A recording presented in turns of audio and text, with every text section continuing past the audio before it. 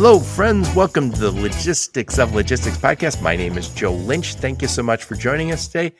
Today's topic is TIA Unpacks Freight, Tariffs, Trusts, and the Fight Against Fraud with my friend Chris Burroughs. How's it going, Chris? Good, Joe. Appreciate you having me on the podcast. I'm excited to talk to you. We've been exchanging emails for a minute. So, Chris, please introduce yourself and your company and where you're calling from today. Yeah, because Joe said, Chris Burroughs, President and CEO of the Transportation Intermediaries Association. We're based here in our headquarters in Alexandria, Virginia, which they like to call in the DC metro area kind of association headquarters. So a lot of the associations are here headquartered in Alexandria. But TIA represents about 1,900 logistics providers, freight brokers, and the transportation supply chain, ranging a variety of size of our member companies, from multi-billion-dollar corporations to a majority of our members, small businesses, 5 million or less in terms of annual revenue. The freight brokers, obviously, we like to call ourselves the center of the supply chain and the connective tissue between shippers and carriers. So that's like any trade association. We do a lot of different things, from education to advocacy to putting on some great meetings throughout the year and providing value for our members and the industry. Yep. I always think I couldn't work at TIA because I can't say Transportation Intermediaries Association properly on a regular basis. We try to go, I have a congressional affairs background, so I do a lot of meetings on Capitol Hill. We try to go with TIA, but there's literally like 6 other. There's toy, tire, tortilla, telecommunications. There's a bunch of TIAs. So we often get confused with TIA-CREF, the financial institution. So yeah, the elevator pitch with a member of Congress when you're trying to get out, Transportation Intermediaries Association, takes up about half the ride. So you got to be quick. So I talk fast. I apologize about that, but that's how I'm trained to be. Yeah. So you have members they could be freight brokers. I know there's a big chunk of them, but there's also a lot of the companies that sell the technology to the freight brokers. So I've been to a number of TIA events, always top notch. And it is a little bit like of a reunion when you go to the TIA. You see all the people you saw at the last conference. It's always top notch. And you guys just had a conference. When was your last conference? A few weeks ago, right? Yeah, it was a few weeks ago in April out in beautiful San Antonio, Texas. I'm sorry I missed that. I can't get to all these conferences, but again, TIA always does a good job. So what problem do you solve for your customers or your members? Yeah, like I said, we solve a variety of problems or issues, if you will, from our members' perspective, from being their advocate on Capitol Hill, working with members of Congress, lawmakers, working with the federal agencies, working with the administration to address issues and concerns that are impacting our members and the industry. We provide education. We have a variety of member benefit courses. We have a few other certifications within our educational portfolio to really educate and grow our members to be better stewards of the industry.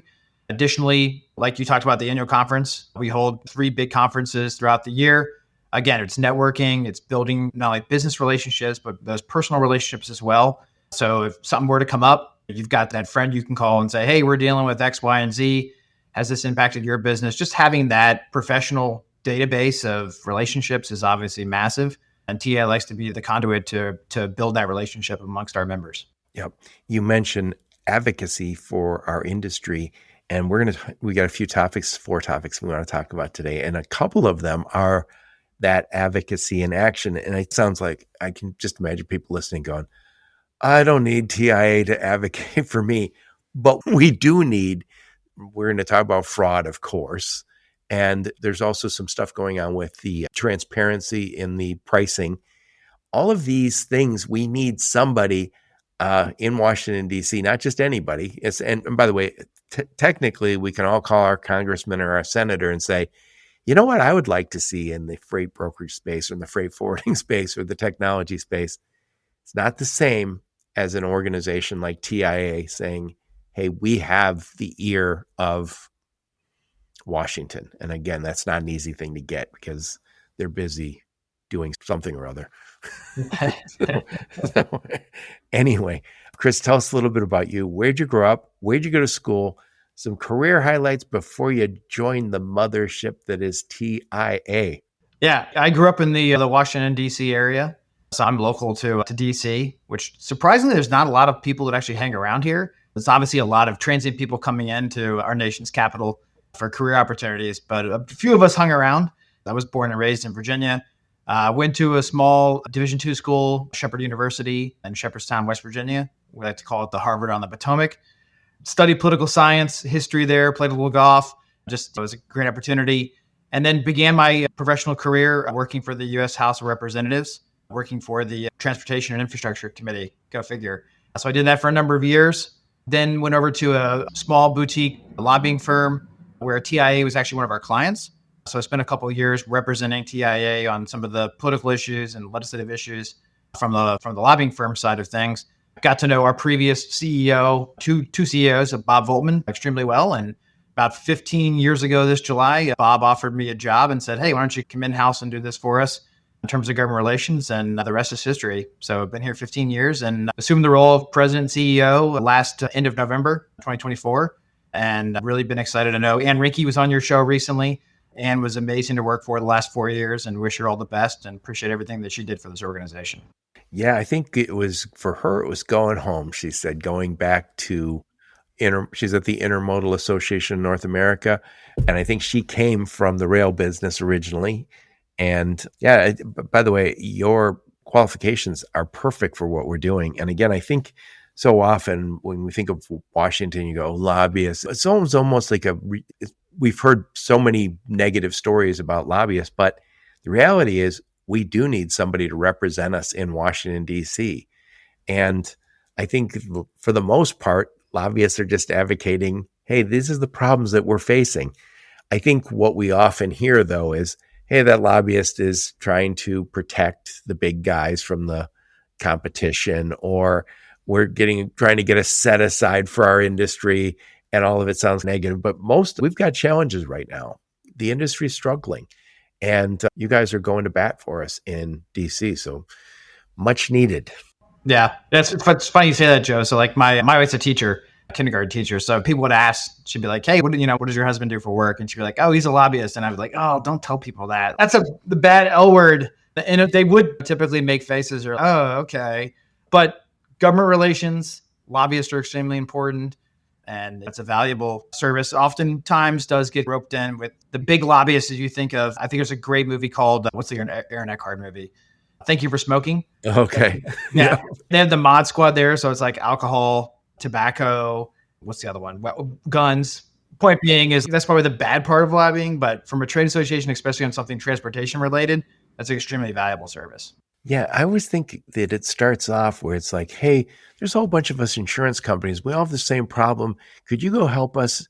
Please explain our problem to Washington. And the friendly lobbyist, I'll do that. And then the next year he says, I'm going to raise my price a little bit. And they're like, you have to get us a little more. And then a new lobbyist pops up and says, I'm not going to save you money. I'm going to get guaranteed profits for your industry. And you're going to pay me twice as much as that old lab. So I always feel like our capitalist country, sometimes it drags us in the wrong direction. And meanwhile, you hear, oh, every single member of Congress works with that lobby. And you're like, oh, that's right. Wonderful. Yeah. Anyway, so I got 4 topics I want to talk to you about today. And the first one, of course, is the state of freight. And I'll set this up and then I want to get your 2 cents on it.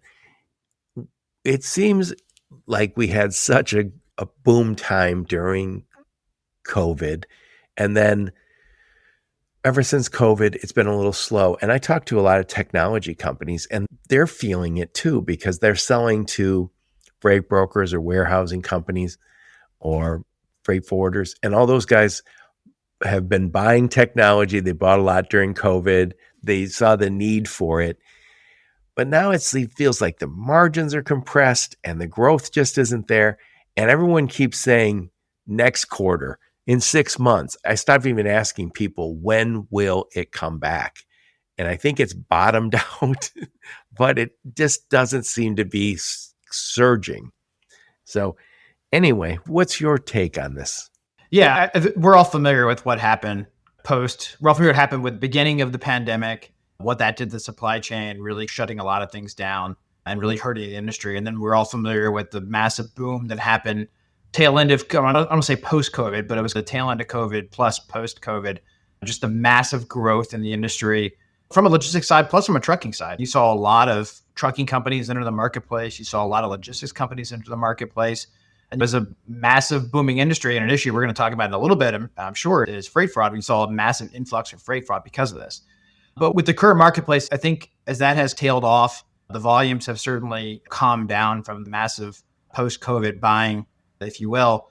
We're in this lull, like you mentioned. And we talked about conferences. I go to a lot of these conferences, and you're right. The economist that gets up there is, hey, next quarter is going to be great. But we keep going every quarter. And I think there's probably some light at the end of the tunnel eventually. The last I heard was the end of this year. Hopefully we're going to see a shift. But I think a lot of it's baked into the economy. I don't pretend to be an economist, but it is a lot of uncertainty. We hear from our members, we don't take a political stance on the tariffs that are coming out from the Trump administration, but we hear a lot from our members in terms of the tariffs and the impact that they're having on the supply chain.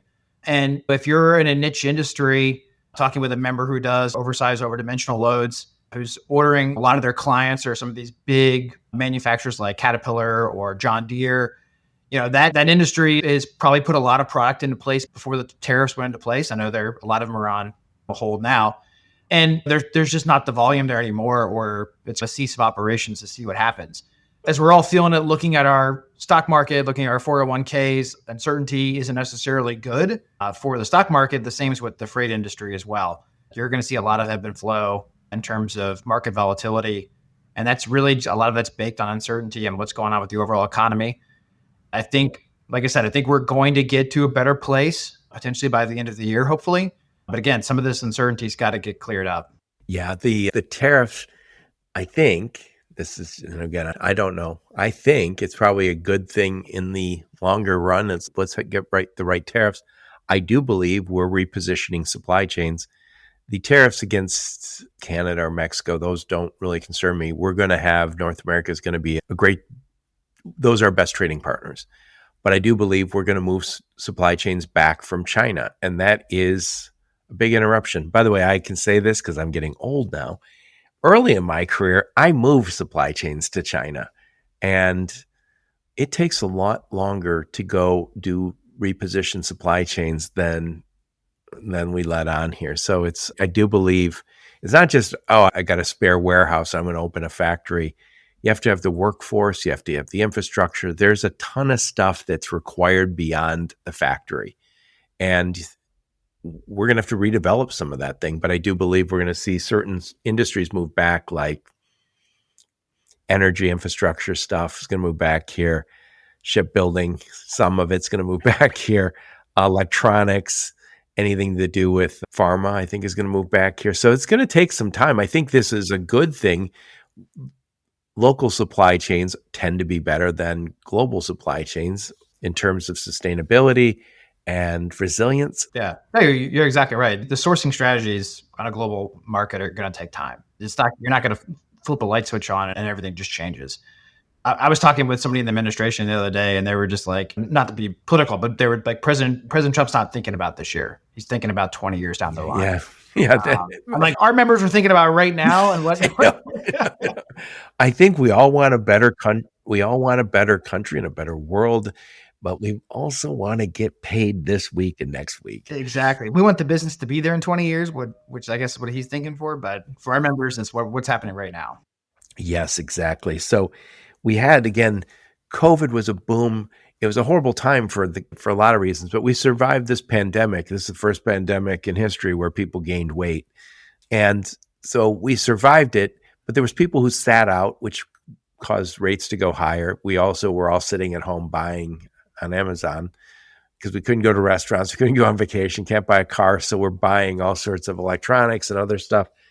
The industry boomed. I think we had a whole bunch of trucking companies and freight brokerages open up. Our friend Kevin Hill told me, I think it was 31,000 freight brokerages was the peak. Now I think we're about 25,000. And that probably reflects also a similar amount in the trucking business. We had a whole bunch of people add trucks. We had new companies pop up, and those armies had to leave the field. So it's been a long, difficult. And by the way, a lot of people and companies also got lots of checks from the government, which tended to mean I can hang out for a little longer. If I got some fat paychecks during COVID and then I got a few extra checks from the government, made it easier to stay in business when it got slow. Anyway, it's been a crazy time. So the next thing I want to talk to you about is transparency. So you said you guys are working on some transparency with the legislature. Please talk about that. Yeah, one thing that popped up during the pandemic was this call for further broker transparency. There was a lot of trucks that were, there's quite a lot of national media attention. There was a lot of trucks that were parked up and down the National Mall here in Washington, D.C., protesting a variety of things. But one of the main things they were protesting was what they were calling was calls for further broker transparency. So a couple organizations filed what's called a petition for rulemaking with the Federal Motor Carrier Safety Administration, where they're asking the FMCSA to step in and promulgate rulemaking regulations on a particular issue or topic. And the topic they highlighted was broker transparency. And basically what they want to see is an enhancement of a 1980s part of the Code of Federal Regulations. It's called 371.3 that talks about the sharing of financial information between all parties of a transaction. Now, in 1980, when this was promulgated out to the public through the Federal Register by the Interstate Commerce Commission, which no longer ceases to exist, a lot of their authority was obviously given over to FMCSA. Brokers at that time were a commissioned sales agent of a trucking company. So they would go out and source loads, and then the trucking company themselves would pay them a small commission for finding loads for them. Obviously, coming off of trucking deregulation, this is not the way the marketplace currently works. As we're all aware, there are separate business transactions between the shipper and the broker and then the carrier. But nevertheless, this petition rulemaking has been granted. It came out the first day I took over as president and CEO of TIA. So that was a nice gift from the previous administration. And it basically calls for the sharing of proprietary information, margin information 48 hours after delivery. Folks would also like to see the federal government step in with private contract negotiations and be specific about what can be included in the contract and what can't be included in the contract. We think that's problematic. And for us, it's an outdated regulation. It currently no longer applies to the way the market operates. And the analogy that we give, and we're talking to lawmakers and other folks about this, is if I hire a general contractor to come in and finish my basement, for instance, that we agree to a price before. That general contractor doesn't disclose to me how much he pays the electrician, how much he pays the plumber, how much he pays the drywall guy. That's the sort. That's his business. Yeah, that's his business. I don't go to a restaurant and do the same and go, wow, $80 for steak, potato, a glass of wine.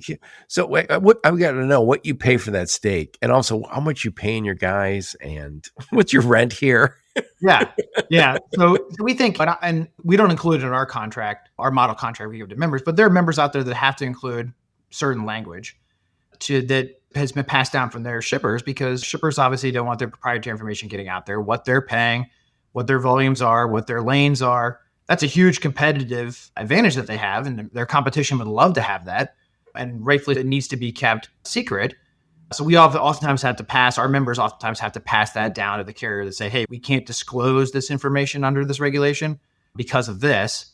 And these groups that are calling for this with the federal government to step into this, we don't believe that it's the federal government's role to step into private contract negotiations. I think most of us can all agree that's probably something we don't want Uncle Sam doing, is peeling back contracts and looking through them. We're going to end up with a more transparent model anyway. With the idea that the government gets their mitts on it, it's just going to complicate. And before we hit the record button, I was mentioning to you the parallels between stock brokerage and our business. And stock brokerage kind of ceases to exist the way it once did. And stockbrokers for a long time had different approach to doing business. They would get paid by the transaction, and sometimes they would churn accounts, and their interests weren't necessarily our interests.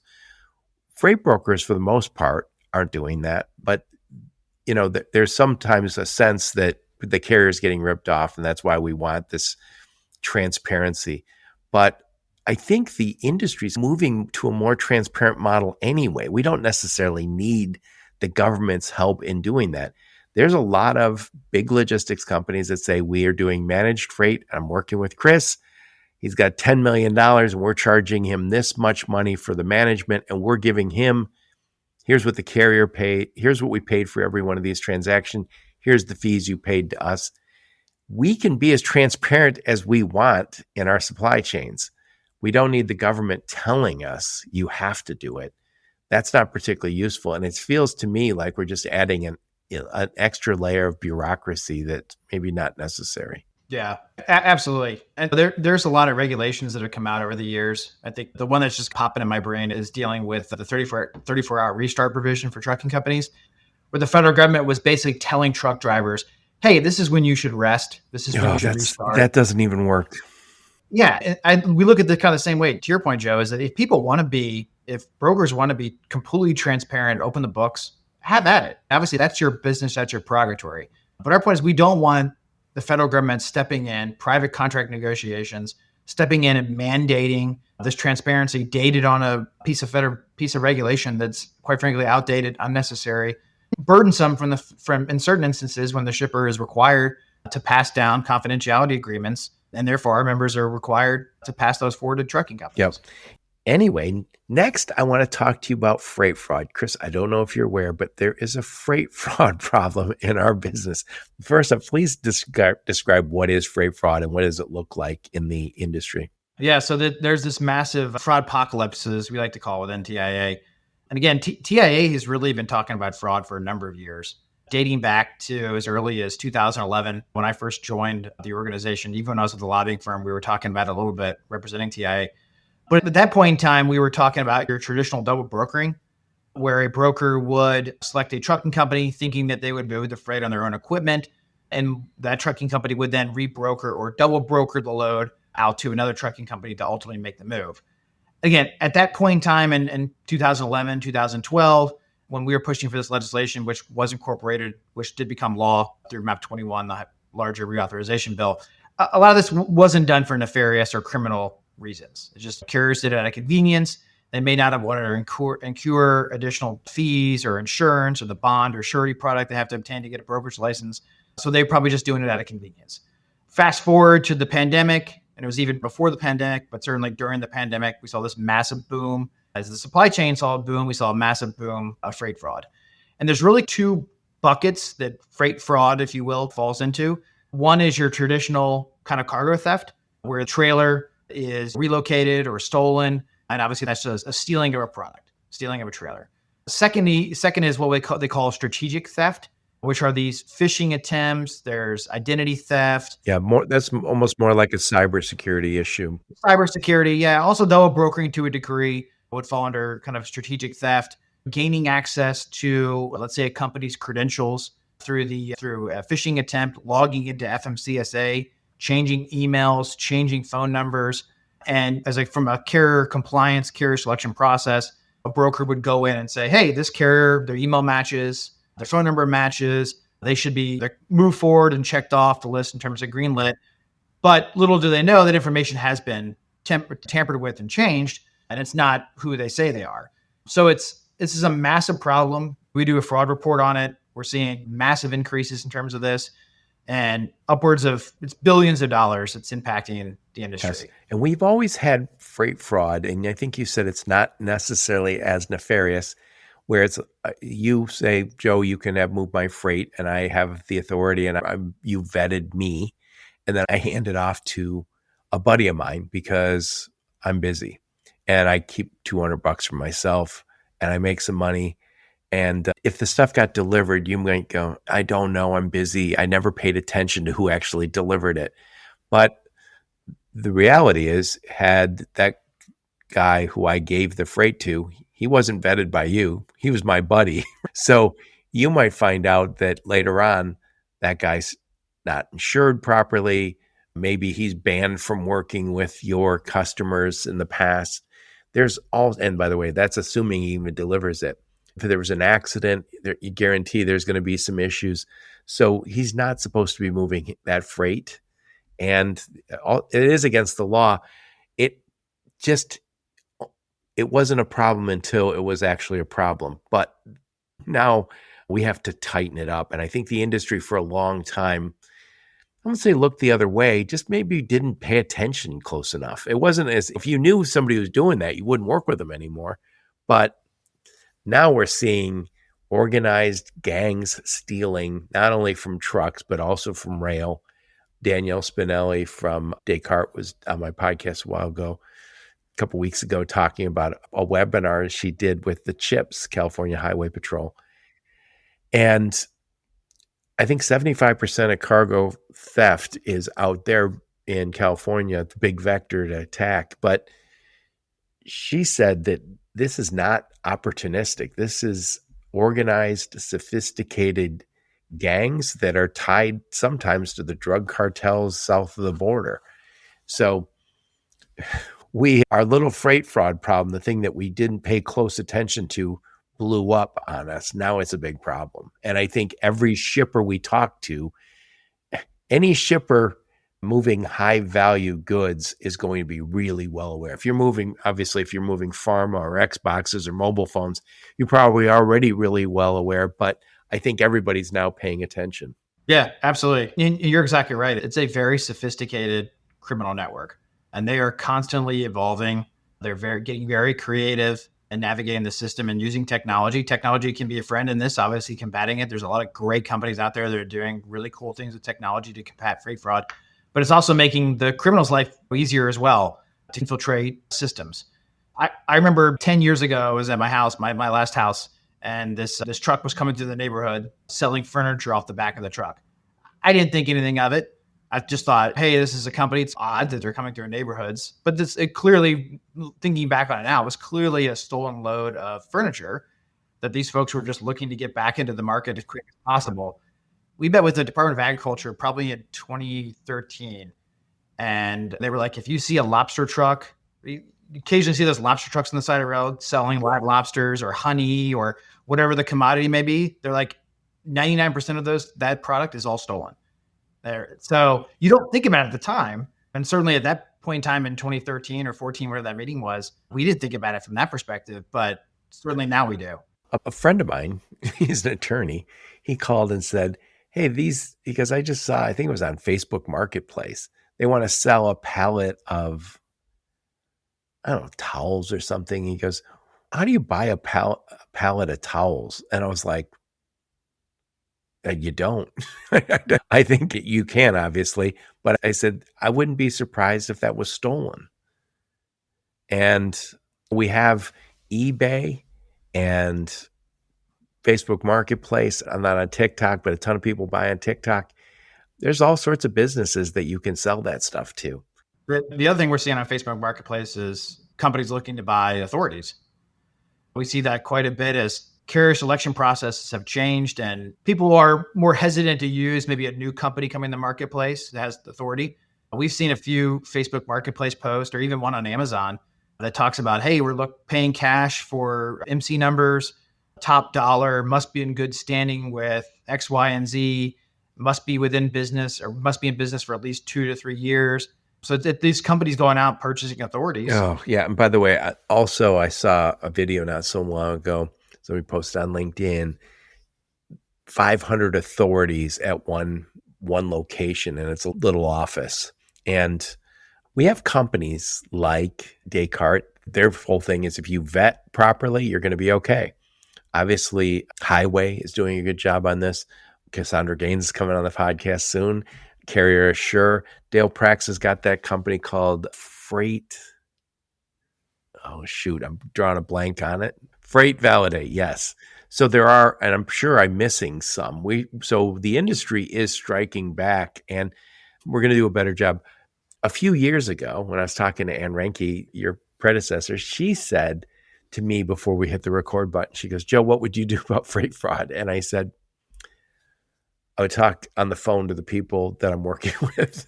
She said, what is that going to do? I said, we forever did that. And I said, we added automation, in which we're all thrilled with, and we absolutely know that's the right direction. But that automation means I don't have a personal relationship with Chris Burroughs, who's been moving my freight for the last 6 months. And so I think between the technologies that I just described, and I think just awareness, we're going to get really a much better, but we need some help from the government. What are you guys doing with that? What are you proposing to them? Yeah, so we've been working on legislation, actually just passed through markup on the Senate last week, so we're super excited about it. It's called the Household Goods Protection Act, but it's not just household goods. It obviously relates to general freight as well. But really it's taking some of the current FMCSA regulations like principal place of business. The situation you talked about where there was 400 or 500, it's probably the same one I'm thinking of in Sheridan, Wyoming, where you have to utilize your principal place of business. You can't use a UPS box. You can't use FedEx or a Target or an airport parking lot as your quote unquote place of business. It's already a regulation at FMCSA. It's just not enforced. Secondly, and probably the biggest thing is that there's no enforcement teeth at the FMCSA. As part of the MAP 21 package I talked about earlier, as part of the Fighting Fraud and Transportation Act, which is the piece of legislation we worked on, it created civil penalties for unauthorized brokerage activities or fraud. That, through an administrative law judge ruling in 2019, barred the agency from assessing civil penalties for commercial violations. So this legislation would restore their authority to do that, to give them teeth. We went in and met with that FMCSA leadership a few weeks ago. They said how excited they were to have this legislation because they don't have that authority in place to go after some of these folks. Again, none of these are going to be a silver bullet. These are just part of the solution. A lot of the criminal activity, like you mentioned, is based overseas. So what is a commercial civil penalty from the FMCSA going to do to them? Nothing. Some of it is based here in the United States, obviously, as well. And third and final point of our legislation is it requires FMCSA to look at commonality. So if there's 500 companies at the same address, or one individual has 15 different companies, or they use common phone numbers, email addresses, that's something the agency should look into. On the FMCSA front, they're going through a registration modernization now. Hopefully, supposed to be out last month, hasn't been released yet. But they're going to be doing personal background checks on individuals to see who they say they are. They're using a company called IDEMIA, which does all TSA checks at airports. So it's a legitimate company. They'll be doing these background checks. That's going to be the first step. Second step is they're going to be doing business background checks to make sure these companies are domiciled in the states they say they are, that they're legitimate, et cetera. So these are things that are going to help. Again, none of these solutions are, let's implement A and fraud goes away. But if we can deter some of these companies from getting authority to begin with, and the agency crack down on the entry to barrier or the barrier of entry to come into the marketplace, that will certainly help on the back end. Yeah. Yeah. And that's such a fine line. I don't want anybody coming into the industry saying, I can't get an authority or I can't, but so we don't want to do that because the owner operators are so important to the space. And obviously none of them want to spend a small fortune becoming an owner operator. We already have enough problem keeping those guys successful. Yeah. I think awareness is such a big part of this, Chris. We have identification now with using video, I can identify whether the truck driver who's supposed to drop off my stuff is dropping off my stuff. I think we're going to get better and better, but I think just this awareness, once you have this awareness that there is a real problem, I think you're going to see people starting to dot the I's and cross the T's, because some of this became possible because it was an easy vector, right? And we're an industry that works with people we don't ever meet in many cases. So I'm a freight broker in Idaho, and I'm having a trucking company I don't know pick up in Winnipeg and deliver to California. And I don't ever meet those guys. I never even meet the shipper. And it's amazing it works as well as it does. Yeah. No, you're exactly right. Yeah. So anyway, I'm talking to my friend, Chris Burroughs. We're talking about TIA Unpacks Freight, Tariffs, Trusts, and the fight against fraud. So we've talked about the state of the industry. We talked about the trust and transparency stuff you guys working with, making sure the government doesn't overstep and hurt us. Then we just talked about freight fraud. Next, I want to talk to you about the role of TIA in all of this. Why should somebody get involved with TIA? Yeah, absolutely. Like I said at the beginning, it's the value in TIA is advocacy, education, industry knowledge, and amazing networking opportunities. Really kind of the tip of the spear of every trade organization is advocacy, what we're doing in Washington, D.C., being that voice up on Capitol Hill. As you said at the beginning, everyone can reach out to their member of Congress, and we fully welcome that. Everyone should build a relationship with their members of Congress. They absolutely should. But you all are running your logistics, you're running your brokerage on a day-to-day operation. You can't be in Washington, D.C. on Capitol Hill Tuesday through Thursday. That's most of the days Congress are here. Monday's a fly-in day. Friday's a fly-home day. They don't put in 5-day work weeks like we do. We're there on Capitol Hill on a weekly basis, up there advocating on behalf of our members, on behalf of our industry, and being that voice with lawmakers and with, like I said at the beginning, with federal agencies and the administration. We have a number of excellent educational and certification within TIA as part of the membership to grow your knowledge base and to increase your awareness of the latest issues and trends within the industry. We're 1,900 members strong. A lot of freight brokers, we have a lot of associate members as well, like you mentioned, tech companies that are part of the TIA tent. We would welcome anybody else that would like to participate and be part of the solution to addressing a lot of these problems. Yep. It's interesting. There's 25,000 freight brokers. And obviously, you're also taking warehousing companies and technology companies and freight forwarders. They're not all necessarily involved. And I think I said this before we hit the record button. I said, yeah, I know TIA members tend to do better in every market. And I said, is that because they skew to bigger companies that can afford to be part of TIA? And you said, no. Please elaborate on that. Yeah, within TIA, we certainly have, I think on Transport Topics top 100 list, I think we have 94 or 95 of the top companies.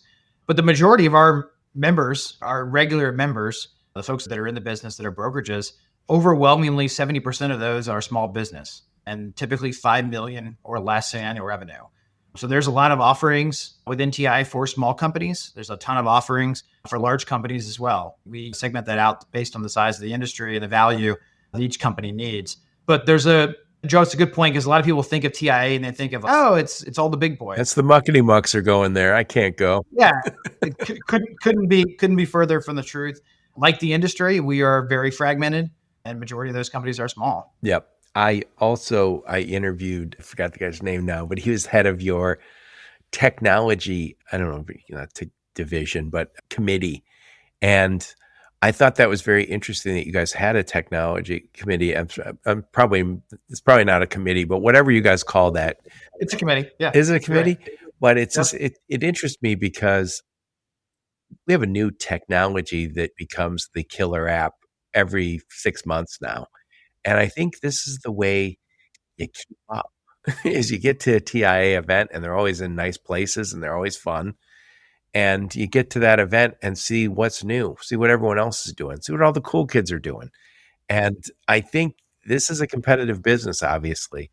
If you decide, I don't need to get there, you don't want to be the last one to end up with the visibility tools or with pricing algorithms. So there's a reason you get to TIA, and it's to stay relevant. Yeah, no, it's I'll give a shameless plug here for our Technovations, which is our tech conference that we hold. That's it. I've been to Technovations. I went to in San Diego. That was wonderful. Yeah. So that's coming up in the fall in early November 5th through 7th. So we're excited about that. It's going to be out in Phoenix. So obviously, anytime you go to Phoenix is a good time. November is especially a good time to go out to Phoenix. But really, our technology committee drives that entire agenda to really highlight the latest technology trends and products that are out there. You're exactly right. And I think a few years ago, people called technology the equalizer in the space, the logistics space. I personally look at it as the lifeblood. If you're not adapting the latest technology and being the technology leader that your shipper customers are looking for, or just being a player in that space, you're going to get left behind. So technology is the key. As we always said in Capitol Hill, people were like, so you're a trucking company. Those are your assets. No, we don't. Most of our assets, yes, some members have trucks through a different company. I said, our assets are our people and our technology. Yes. And by the way, a larger percentage of freight is going to freight brokers now. I was on my podcast many years ago, and I thought as technology becomes more and more important, we won't need the brokers in the middle. And what we found out is the brokers are the ones who made the investment in technology, in customer success, in sales, obviously, and they've become much more sophisticated. I think a lot of times shippers in the past would look at freight brokers as just a middleman, not adding any value. Now there's a tremendous amount of value being added in between with analytics, with customer success, technology that gives you insights and the speed that is so critical these days. By the way, let me bring up AI for just a second.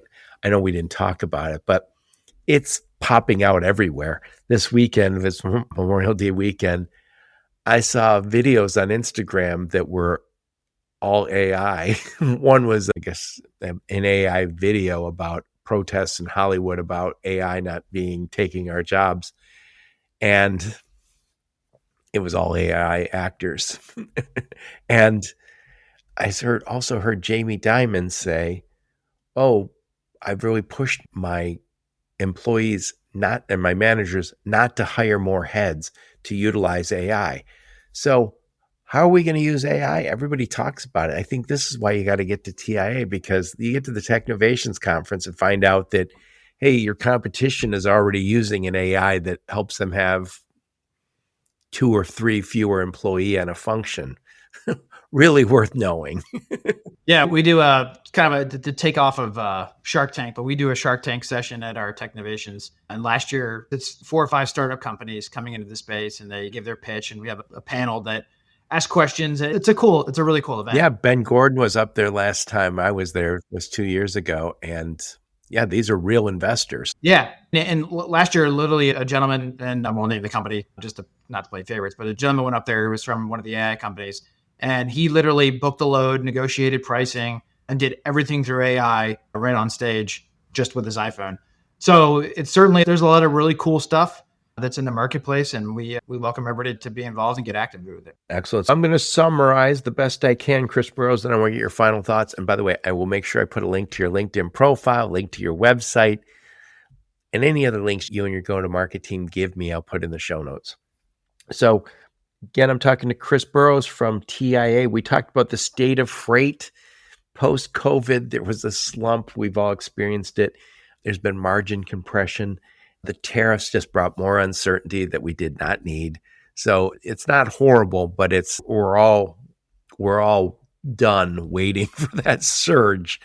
Who knows what it's going to take, whether it's going to be more trucking companies leaving the market or a surge in the economy. Something's got to come in and boost this market a tad. Next, we talked about transparency. So the government is pushing a rule with transparency, and you guys are straightening them out a little bit. And again, I think most of us are saying, yeah, we can have transparency if we want it.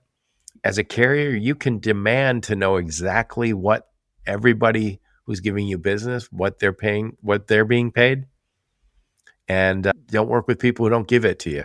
But I think we don't need the government mandating that. Next, we talked about freight fraud, and you guys are going to bat for us in Washington, D.C. on this one also. And again, I think the government's not going to have this total solution, but nor is any one technology. We need, as an industry, some upgrades. And I think it starts with you guys pulling together all the information, helping the government understand our needs. Last but not least, we just talked about the role of TIA and why you should join and why you should get to their conferences. I highly recommend them. Anyway, enough of my blather. Put a big old bow on this one, Chris Burroughs. Final thoughts. Yeah, I'll leave with three kind of quick final thoughts. Is one, we highly recommend, if it's through TIA or through another trade organization, get involved. Get involved with what TI is doing and what other organizations are doing on Capitol Hill. Advocacy is important. Building that relationship is massively important. We couldn't highly recommend this enough. 2, obviously stay ahead in the latest trends of technology. Our conference is the Technovation Conference. It's just one place that you could learn what the latest technology trends are, just to continue to be viable in the marketplace with technology trends. And 3 is be kind to your trucking companies that you're working with. I think oftentimes folks look at their shippers or our customers, and trucks are over here. Both shippers and motor carriers are our customers. We need to continue to look at both organizations and both entities as the same, and just let's build positive relationships with our carriers, just as we will with our customers. So those are my 3 closing thoughts. When is Technovations? That's your next conference? When is that? Yeah, that's in November 5th through 7th in Phoenix. So if you send me a link to that, I will put that in the show notes so people can get that on their calendar. Yep. Thank you so much, Chris Burroughs. It was a pleasure talking to you. I love what you guys are doing. You got our back. Thanks, Joe. Appreciate the opportunity to be on the podcast. Yep. And thank all of you for listening to my podcast. Your support's very much appreciated. Until next time, onward and upward. You have been listening to the Logistics of Logistics podcast, where we engage with leaders in the logistics and supply chain community. If you like what you hear, please subscribe, hit the like button, and leave us a nice review on Apple or Spotify or wherever else you listen. Also, please check out our videos on YouTube and connect with us on LinkedIn. We're very big on LinkedIn. And you can also reach us on the logisticsoflogistics.com, our website.